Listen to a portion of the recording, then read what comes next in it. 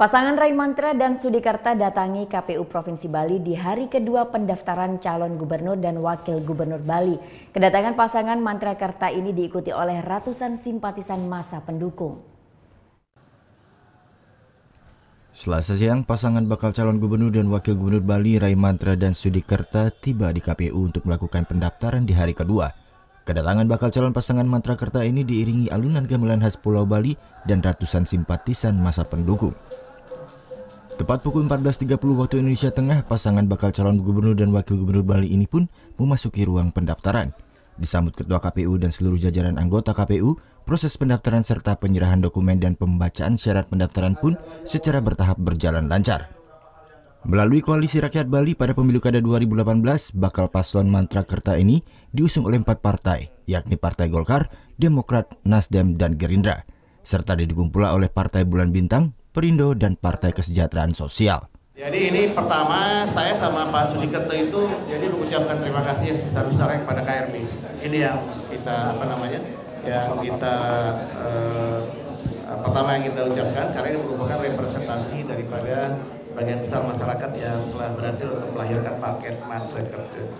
Ya tentunya yang kedua ya kita mohon dalam kesempatan ini harapannya ke depan dalam pilkada ini ya mudah-mudahan kita bisa menyatu atau berkoalisi dengan rakyat sesuai dengan nama KRB itu sendiri. Jadi kita juga akan mengedepankan satu gotong royong untuk meminimalisasi adanya suatu hal-hal yang tidak kita inginkan di masyarakat. Hari kedua masa pendaftaran sudah ada 2 pasangan bakal calon gubernur dan wakil gubernur yang mendaftar ke KPU Bali.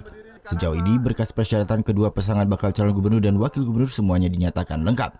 Namun Ketua KPU Bali menyatakan akan memberikan waktu perbaikan jika pada tahap verifikasi lanjutan ada berkas yang kurang memenuhi syarat.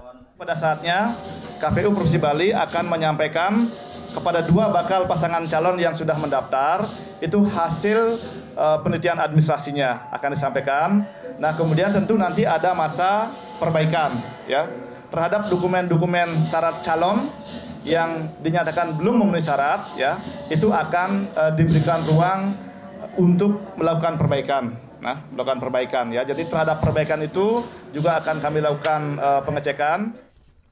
Setelah proses pendaftaran, nantinya kedua pasangan bakal calon gubernur dan wakil gubernur juga akan melalui tahap tes kesehatan dan narkotika yang akan dilakukan di Rumah Sakit Sanglah Denpasar, serta tes psikologi dan kerohanian di KPU Provinsi Bali.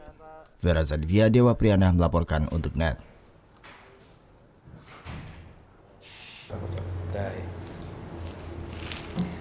Udah selesai kan nontonnya? Nah, jadi jangan lupa buat like, komen, dan subscribe ya.